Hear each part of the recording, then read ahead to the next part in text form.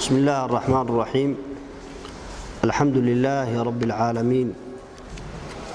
والعاقبة للمتقين ولا عدوان إلا على الظالمين. وصلى اللهم على سيدنا وحبيبنا وقائدنا وقرة أعيننا محمد صلوات ربي وسلامه عليه. نورا ليال مركوه الرئيساء،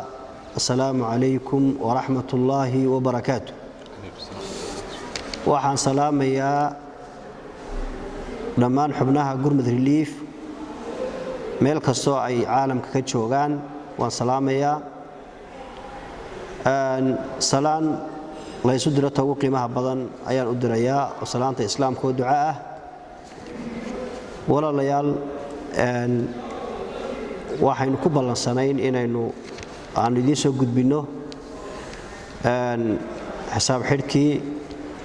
fayskii u dambeeyey ee gurmadkeenna. kii horena waad naga hayseen. xisaab xidhkeennan insha allahu tacaala waxaan ka cudur daaranaynaa inuu naga yaro raagay oo hawlo farsamo darteed uu nooga raagay iyo haleelitaan xaggayaga ka yara xumaaday. laakiin insha allahu tacaala iminka si dhaqsaa buu idiin soo gaari doonaa. waxaa mudan inaan u mahad celiyo dhammaan dadkii ka qayb qaatay gurmadkan wax ku oolka ah ee dhigjoojinta aynu ugu magac darnay. waxaan leeyahay oo aan been ahayn,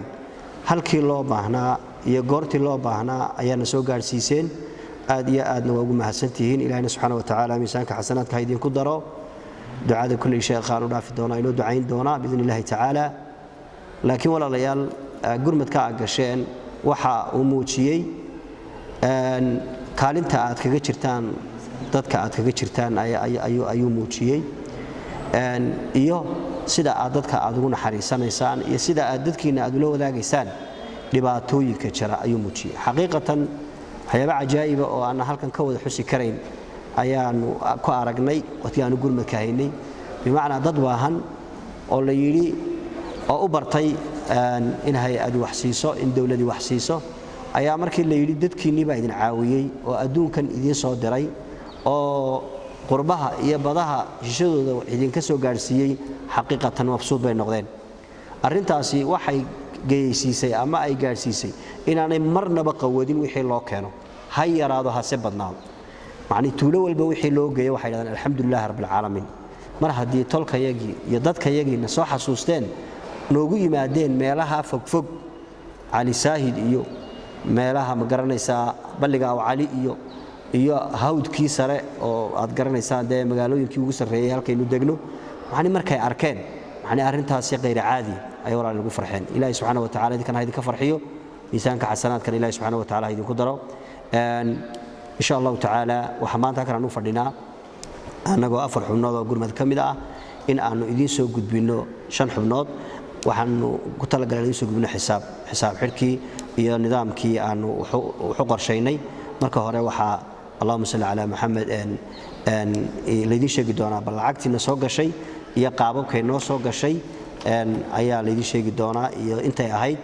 marka xigtana waxaa laydiin sheegi doonaa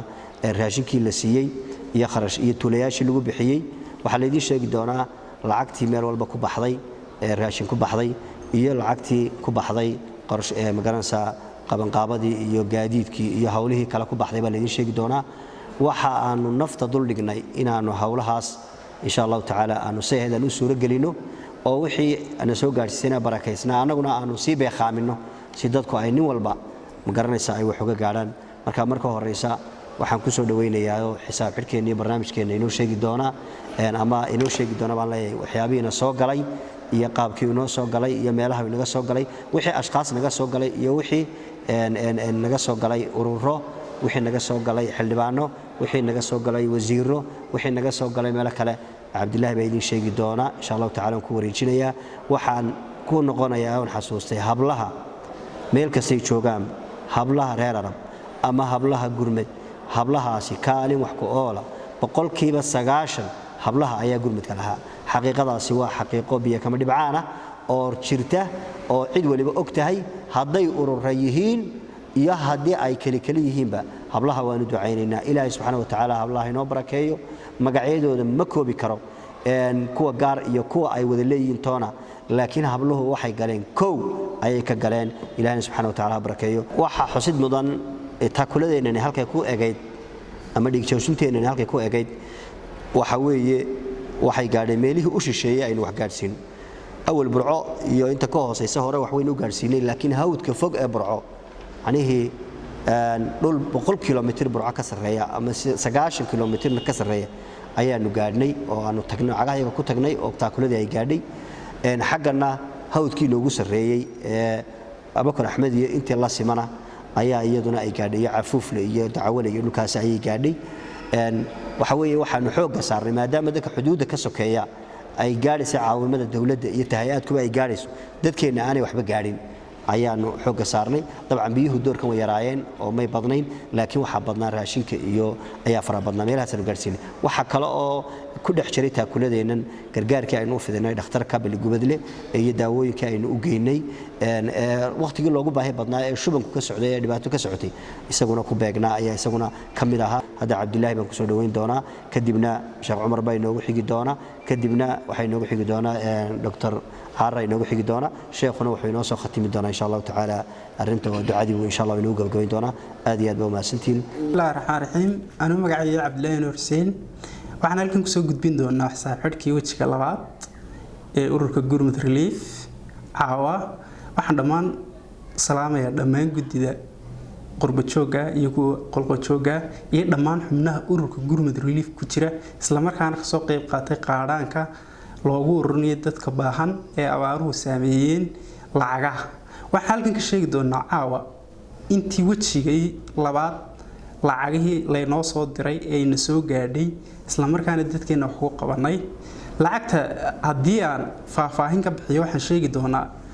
shakhsiyaadkii soo diray tiradooda guud waxa tirada dadka lacag gaar ahaan soo diray waa 66 qof iyadoo aanay ku jirin dadka group kan aan gooni sheegi doono waa 66 qof oo lacagtoodu noqonayso 8444 iyo badh in xildhibaanada Arab ee Soomaaliya oo iyaguna soo diray $7500 reer Cabdi Haybo oo iyagu soo bixiyay $3000 Samawada Group oo iyagu soo bixiyay $3702 in hablaha Canada oo iyaguna soo bixiyay $1060 Maxamuud Xaaji Ibrahim oo reer Norway ah oo isaguna soo bixiyay $4000 sadaqa sirriya oo aan qofka magaciisa la sheegin oo iyaguna $800 ah reer Bristol oo iyaguna soo bixiyay $487 in hablaha Toronto ee Horseed oo iyaguna soo bixiyay $3543 reer Switzerland oo iyaguna soo bixiyay $1160 reer Mareykan oo iyagu soo bixiyay $3000 iyo hablaha Minnesota oo ablihii ugu dambeeyay isla markaana lacagtooda baadna soo gaadhay oo ah $1000 sidoo kale waxa jirta lacag inooga harsaneyd phase 1kii labada account ee leenay Dahabshiil iyo Saad marka Dahabshiil account waxa inooga harsanaa $940 Saad account waxa inooga harsanaa $280 way Dahabshiil account lacagta guud ay inooga soo dhacday phase 2gii wuxuu noqonayaa $19812 Saad account waxa inooga soo dhacday $17815 iyo badh hadaba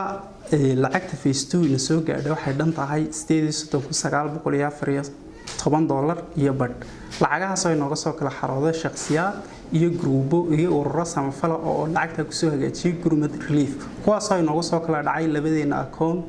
Saad account iyo Dahabshiil account Bismillahir Rahmaanir Rahiim Alhamdulillahi Rabbil Alamin والعاقبة للمتقين ولا عدوان إلا على الظالمين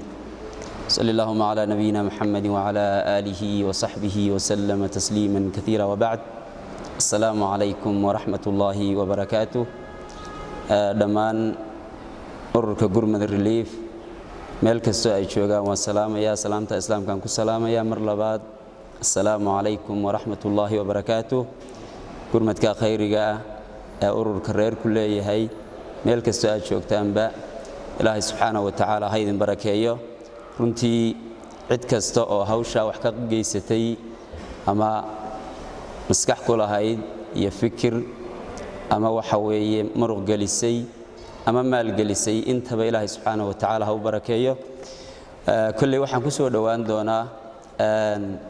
meelihii ma goobihii raashimada aanu geynay qaybinta fayska labaad aanu ku bixinay raashimadaas oo ahaa u kala qaybsanaa 3 qaybood kala ahaa guud ahaan marka la eego gobolka Togdheer oo kale waxaanu geeyay 314 qoys imikana aanu daawano odayaashii iyo sida ay nooga gudoomeen ama deegaamada ay gaarsiiyeen warbixinteeda fali waxaan u qaybinay markii ay arinta noo soo sheegeen waxaan u qaybinay 12 deegaan oo aynu leenahay Kideys baldiiriye guuleed ciisha ama calaacul qofba sidoo yaqaano abeeselay nasiye halkan aynu joogno cali saahida ceeg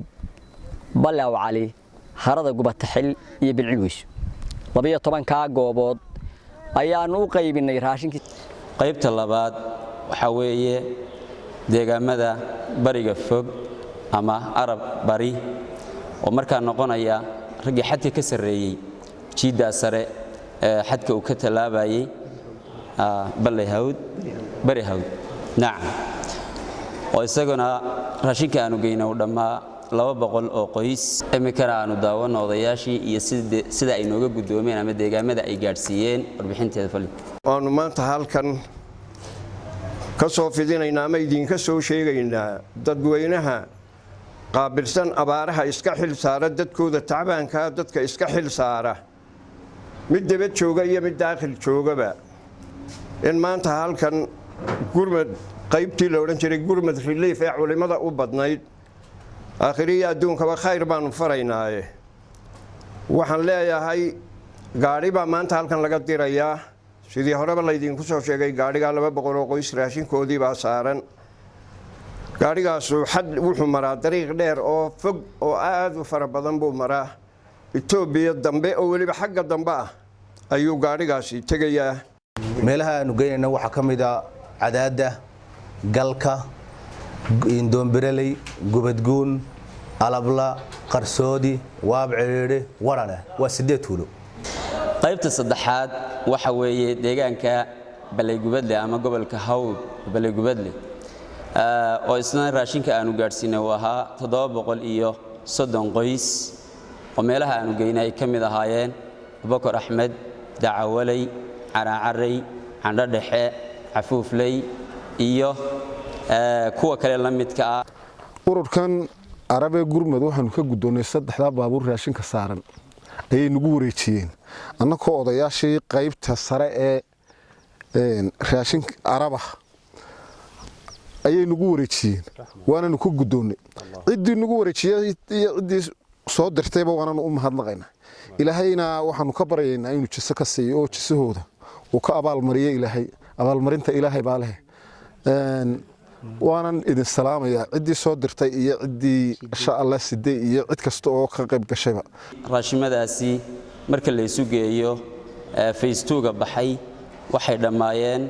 1244 qoys oo ku baxay dadka iyo deegaamada aan wax kamid ah tilmaamay waxaana Ilaahay subhanahu wa ta'ala ka baryaynaa in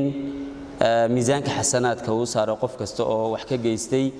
waana aad iyo aad baad ugu mahadsantihiin gaar ahaan dadkii ka qayb qaatay namiya hablaba dhamaantiin والسلام عليكم ورحمة الله وبركاته بسم الله الرحمن الرحيم وبه نستعين على أمور الدنيا والدين marka hore waxaan halkan ka salaamayaa dhammaan xubnaha ururka gurmad relief meel kasta oo ay dunida dacaladeeda kala joogaan haweenka ragga culimada xildhibaanada mas'uuliyiinta kale ee xilalka kala haya dhalinyarada dhammaan yar iyo weynba inta ku aftirsata ama ka qayb qaadata hawlahan taakulaynta ee ay hormuudka ka tahay ururka gurmad relief markaan inta ka tago waxa aan doonayaa in aan waxoogaa faahfaahiyo qarashkii aad soo dirteen ee aad nagu soo hagaajiseen sida ay u kala baxbaxeen iyo qayb waliba halkii ay ku baxday kow haddii aan ka bilaabo gobolka Togdheer waxaa ku baxay raashin iskugu jira raashinkii qaybihiisii kala duwanaa gaadiidkii maxaan idhaahdayay lagu qaaday biyihii iyo qarashaadkii kale ee ku baxay haddii raashinka qiimaha ku baxay ee gobolka Togdheer aan idiin faahfaahiyo waxa ay tahay lacagtaasu $7,350 ayaa raashinka ku baxay degmada Burco tuulooyinka hoos yimaada maadaama oo raashinkii la geenayo goobo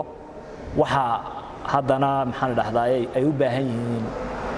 transportation ama gaadiid qaada gaadiidkuna qarash buu ku baxayay qarashka gaadiidka ku baxay waxa uu ahaa $950 ayuu ahaa waxa kale oo jira sidayna ognahay biyo la'aanta iyo dhibaatooyinka ugu badan waxay u badnaayeen gobolka Togdheer iyo ereediisii wixii ka shisheeya waxa jira biyo aanu gaarsiinay xagga marka biyuhu ku baxay waxa ahaayeen $270 ayaa ku baxay oo biyo ah waxa kale oo jira qarash ay intaa wadato hawshu oo iyaduna ahayd $432 waxa jiray banner ama board lagu talagalay in waxaan la bixinayo iyo cidda soo bixisay iyo cidda bixinaysa mas'uulka ka ah lagu qoray oo sagana lacagtiisu ay ahayd $23 inta gobolka Togdheer ku baxday waxa weeyaan suuqgeynteeda $9,520 ayaa ku baxay deegaanada kale ay reerku degaan ee hoos yimaada gobolka cusub ee Daadmareed iyo hawdkiisa xuduudda Itoobiya iyo gudaha Itoobiyaba iyadana raashinadii la gaarsiiyay waxa kamid ahaa raashinka deegaanka ku dhow Oodweyne waxa la gaarsiiyo qarashkiisu ahaa $4,403 oo raashin ah ayaa lagu bixiyay qarashkii aan soo gaarsiiseen waxa kale oo jira gaadiidkii qaaday qarashkii ku baxay waxa uu ahaa $468 ayuu ahaa qarashkii gaadiidkii ku baxay ahaa waxa kale oo sagana sidaas leegsidan hore u soo sheegay jira boorkii dadkan markii wax la siinayay cadeynayay cidda soo bixisay iyo hawsheeda oo iyaduna ahayd sidii kii hore $23 waxa kale oo jira dad baa qaaday baabuur bay ugu kireysteen kamarada jiray hawlaha jiray qarash kale oo baxosaguna $200 ah ayaa isaguna jiray waxa ay lacagta ku baxday gobolka Daadmareed iyo hawdkiisa ilaa Itoobiyada ah waxa ay ahayd $5,490 ayaa halka ku baxay $5,490 ayaa halka ku baxay haddii aanu soo daadego qaybta saddexaad oo ah gobolka hawdkiisa ama haddii aan idhaahno deegaankeena kirilka shanaad qarashkii ku baxay ama raashinkii ku baxay qarashkiisi inta uu ahaa raashinka ku baxay marka la isku geeyo dadkeena degan kirilka shanaad ee ka baxsan maxaan ahay bilgoboliyada hawdkiisa waxa weeyaan $9,920 ayaa ku baxay raashinka kirilka shanaad dadkii loo geeyay ku aadan hawdka bilgobada gaadiidkii qaaday qarashkii ku baxay waxa uu ahaa $1,080 ayuu ahaa qarashaadkii kale ee soo raacayay ma ha ahaato maxaan idhaahdayay dadkii ma ha ahaato hawlihii kale la qabanayay iyadana waxay $520 ayaa ahayd sidaan hore u soo sheegnay bannerkii waxa weeyaan $23 qarashka ku baxay kirilka shanaad ee dadkeenu dego gobolka hawdkiisa waa $17,552 weeyaan xaggan hawdkeena biyuhu way sahlanayeen ama gobolka hawd iyo eriyadiisa may badnaynoo baraagaha meelaha qaar baa biyeysana laakiin haddana meelaha qaar way biyo la'aayeen oo meelahan soko oo dhan biyuhu way ka dhammaadeen marka biyihii ku baxay ama qaybtii labaad ee hawshan dhiig joojinta waxay ahayd $1,100 ayuu ahaa waxa kale oo jirtay oo maxaan idhahdaa iyadana haddii aan qaybta afraad u daadego waxa kale oo jirtay ururku hawlihii kale ee uu qabtay intay hawshan ku jireen in ay ka qayb qaateen maxaan idhahdaa taakulayntii cusbitaalka iyo maxaan idhahdaa goobtii hooyada iyo dhallaanka ee degmada Balligubadle qarashkii aan ku bixinay waxyaabihii daawooyinka ahaa iyo adeegii kale ee aan ku bixinay qarashkiisa haddaan isku geyno waxa kamid ahaa mishiin layd oo aan u iibinay iyo daawooyin markii la isu geeyay waxa ay noqotay $2,960. waxa kale oo jiray warbaahinta ayaa iyada lafteedu ka qayb qaadatay oo maxaan dhahday ta localka iyo ta maxaan dhahday externalka ahba labadaba ka qayb qaateen oo warbaahinta kale waad ka aragteen iyadana qarashkii ku baxay waxa uu ahaa $300. kolley waxa jiray dad ka hawlgalay oo maxaan dhahday baqadaha tanba wax kala haatee iyadana $50 ahayd gaari maalinta la sii kireystay oo maxay dawooyinkana qaaday dadkii hawshan qabanayayna maxaan dhahday sii qaaday oo iyaduna ahayd $130. agabka iyo maxaan dhahday daawooyinka ku baxay cusbitaalka Beligubadle iyo goobta hooyada iyo dhallaanka marka la isku geeyo qarashkeedu waxa uu noqday $3,440. markaan hawshaas isku soo ururiyo gobolka ama degmada Burco waxa ku baxay $9,520. gobolka Daadmareer iyo hawdkiisa waxa ku baxay $5,490. deegaanka kilalka shanaad ee degno hawdka gobolka hawd waxa ku baxay $17,552. biyihii gobolkan hawd iyo eeriyadiisa ku baxay waxa ay $1,100. daawooyinkii iyo agabkii caafimaad ee loo gudbiyay maxaan dhahday cusbitaalka Beligubadle waxa waa $3,440. lacagtaas marka la isku geeyo waxa weeyaan $36,211 weeyaan. waa raashinkii waa biyihii waa daawooyinkii iyo qarashaadkii waa $36,211. kolley intaas ku soo ururiyay samarigii ahaa ama soo ururintii lacagtii aad soo dirteen waxa aan idin leeyahay lacagtaas waxa ay gaadhay dadkii lagu talagalay lacagtaas waxa ay gaadhay goobtii lagu talagalay kolley doorkan maanta ahna waxaan filayaa inaynu cilmi fara badan ka baranay inaynu aqoon fara badan ka kororsanay waxa aynu ogaanay in maxaan dhahday marka $2 la isku geeyo inay $4 noqonayso marka afar kale loo sii geeyo inay 8 noqonayso inay lacagtu sidaa u ururayso waxaynu ognahay in istaakulaynta iyo maxaan dhahday wax wada qabsashada iyo isku tiirsanaantu inay tahay waxa kaliya aynu kaga bixi karno maxaan dhahday dhibaatada iyo waxyeelada waxa aynu leenahay midigtuba maciin male hadday bidixdu maqan tahay waa laba mataano kala maarmi maayaan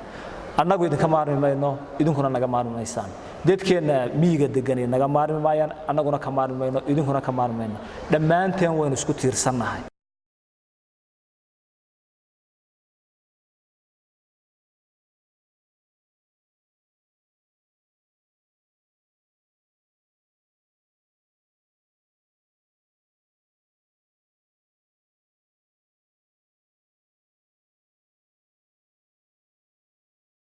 بسم الله الرحمن الرحيم الحمد لله رب العالمين والصلاة والسلام على رسول الله صلى الله عليه وسلم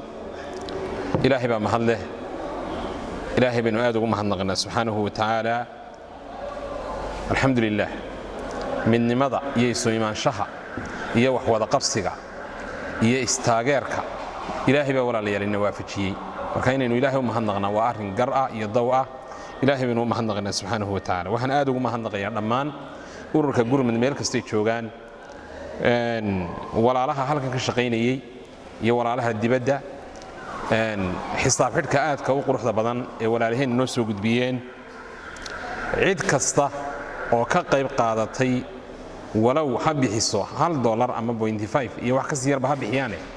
cid kasta oo ka qayb gashay in ay dadka caawimada dadka abaaraysan inay caawimo gaarsiiyaan meel kastay joogaanba waanu mahadnaqay wax leeyahay jazakumullahu khayran jazakumullahu khayran jazakumullahu khayran ninka waqti ku bixiyay ninka u safray ninka ku bixiyay muxuu ahaa ninka maalkiisii ku bixiyay iyo hantidiisii ninka u soo jeeday ka qoray ka xisaabiyay intaba walaalayaal niyada Allah inoo wanaajiyo ma dayacmayso insha Allah waxaan aad ugu mahadnaqayaa dhammaan cid kasta oo ku hawlan ururka gurmad mahadnaqa walaalayaal waxa keenay arrimo fara badan kow midaynta iyo midnimada aynu midaynay awoodeennii hadday kala tagtagsanaan lahayd waxba maynaan heleen laakiin isu tagga iyo wixii sukeenka midnimadaasi walaalahay waan ugu mahadnaqayaa iyo tolkeenba ka fogaanshaha aynu ka fogaanay wax allaali wixii khalkhal iyo khilaaf inagu keeni kara oo arrimaha siyaasadda iminka la gudagalay ay ka mid tahay oo runtii ururkeennu nadiif ka yahay aad nadiif uga yahay oo waxyaabaha laynagu majeerto gurmad lagu runtii aadka loogu majeerta ay ka mid tahay sababtay u kala dhaqaaqi waayeen inaanay wax kala ahayn inaanay dhexdooda wax khalkhal iyo khilaaf iyo siyaasad midna aanay soo gelinin hawsha keliyaatee loo igmado in ay wadaan waxaan ugu mahadnaqayaa daalla'aantii ay runtii daali waayeen ee ilaahay ka dhigay madaalayaal mar walba bixinaya jeebkooda gelinaya gacanta kalsoonidaynu ilaahay ku qaadanay walaalayaal runtii xisaab xidhkan ay walaalaheen sameeyeen imika aad arkaysaan intay inoo soo jiiday baa badan intii imika inagu aynu bixinay inta ilaahay sabab inooga dhigay ee dad kale ilaahay wax inoogu soo dhiibay sabab ay inoogu noqotay ee ciida ka badan waxa wax bixiyey oo aanu ka guddoonno ina soo mariyey walaalaheenna gadar waxa wax bixiyey hay'adda la yiraahdo an-nasri